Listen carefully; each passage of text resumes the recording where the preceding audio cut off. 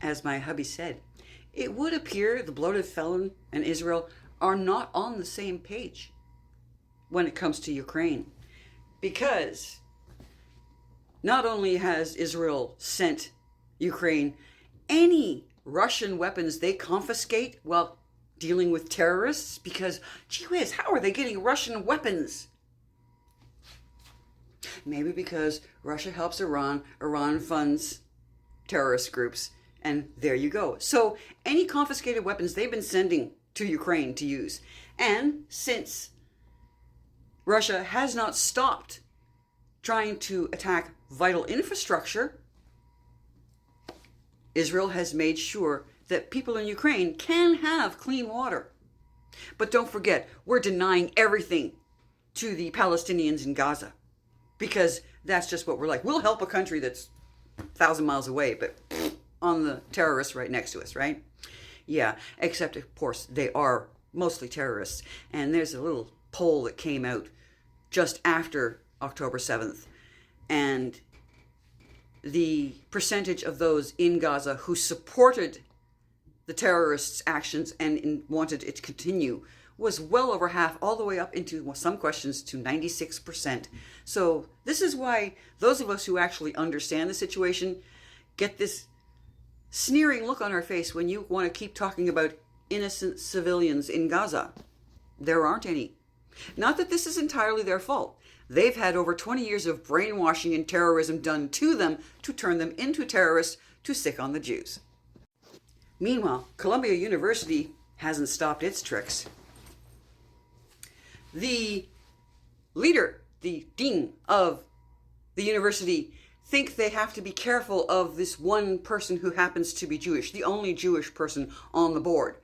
Now they want her to be replaced with an Arab because she might be a spy for Mossad. She or he, I'm sorry, I'm not sure if it's a male or a female. Either way, might be a spy for Mossad.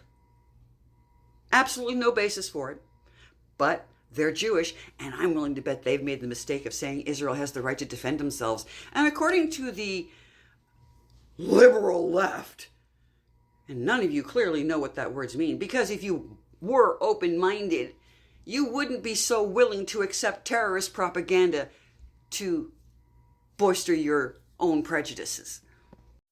Meanwhile, in the UK, as the UK and Europe and other countries slowly start twigging in to what it means when you constantly allow terrorists into your country, people who are there for the purpose of colonization as well, because this is the whole point, you see. Unlike Judeo-Christianity, which went into areas and mostly just slaughtered the people that wouldn't convert, Islam is doing both. It does slaughtering those that won't say what they want, and it's doing the outbreed until we're the majority, and they pretty much already are, since Islam is 23.4%. A quarter of the globe's population are Muslims. That is no minority. And meanwhile, the Palestine action, which is going to be labeled as a terrorist group, rightfully so, when they went to that RAF Norton on June 20th, they did 7 million pounds worth of damage to aircrafts, all in the name of freeing Palestine. And yet, according to all of you, Palestine is still either a war zone or an open-air prison. You can't make up your minds. Oh, but it was also an open-air prison and a paradise at the same time. You guys really can't keep your story straight. And just for a little bonus, oh, men, you may not go without a beard because then you look girly. And you will be causing illicit thoughts in other men because no beard means you must be a girl. That is not just how misogynistic Islam is. It is also how brutal it will be with its own patriarchy, because patriarchy requires that men be men, right? Meanwhile, you're going to go marry a 9-year-old girl and wait for what you claim is onset of adulthood. Meaning, if that little girl makes the mistake of complaining about a little bit of pain in her chest when she's 9 years old, menstruation is coming to you. Come on, little girl. Let's go have fun. By the way, this thing about it also is against the LGBTQ, which I'm going to do another video on.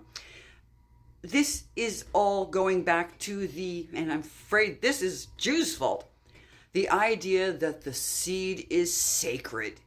The Jews started this. Christianity took it over. That's why in Monty Python's Meaning of Life, you've got every sperm is sacred.